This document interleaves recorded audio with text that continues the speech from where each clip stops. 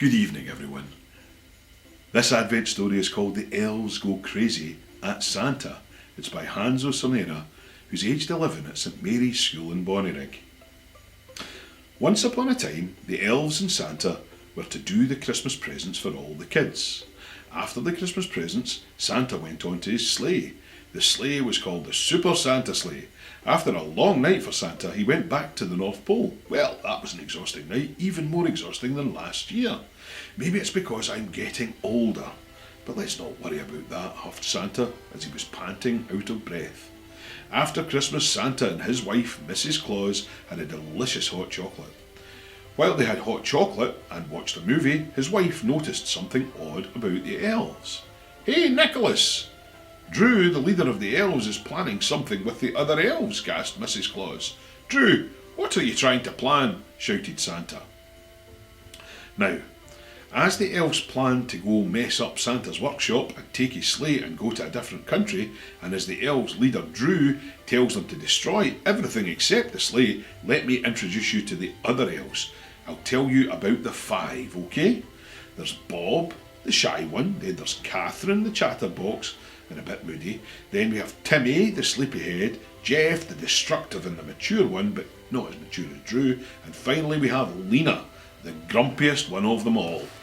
"No, Drew, you don't have to demolish my workshop, please. How are we meant to make presents for all the kids in the world?" gasped Santa. "Well, all of the elves, including me, have had enough. Always working for you with your big fat belly," yelled Drew. "Bob, Timmy, Jeff, Catherine, Lena, and all the rest of the elves, attack!" ordered Drew. "Ah! Don't you throw that at me, you little elf!" shouted Mrs. Claus. "Drew, please don't." "Well, it's too late, Santa," screamed Drew. All of the elves were ripping all the fluff in the sofa and breaking all the pictures of them as a family or them having a laugh.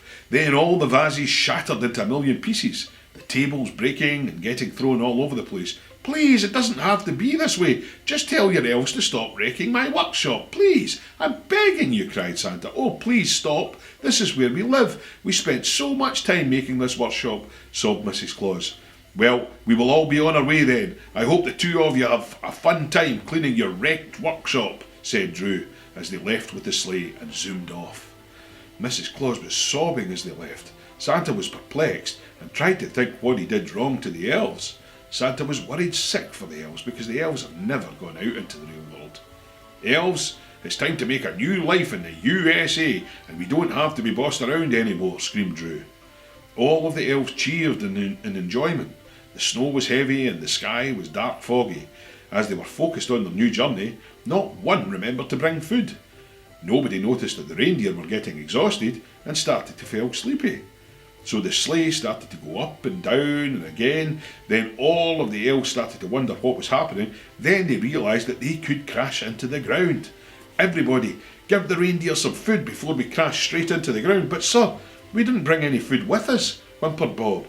"What? We didn't bring any food with us? How are we meant to keep the reindeer awake?" gasped Drew.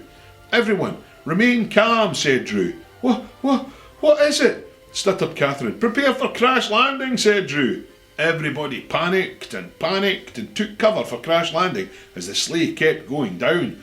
All the reindeer flew back up and straight and headed back to the North Pole to where Santa and Mrs. Claus stayed.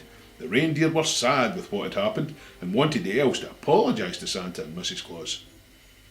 Soon, all the elves realised what they had done to Santa. They all felt ashamed of what they had done and promised to fix things with Santa and Mrs. Claus. So, when they got back to the North Pole, they all said sorry to Santa and to Mrs. Claus and also helped them fix back the workshop. The elves also made a promise to Santa and Mrs. Claus to never do that again. Then they all lived happily ever after. Thank you for your story, Hansel. I'm so glad that my elves never get quite as naughty as all that. Good night. I hope you enjoyed tonight's Advent story. Don't miss out on the chance of some more Christmas magic by booking my new online Santa at Home grotto now.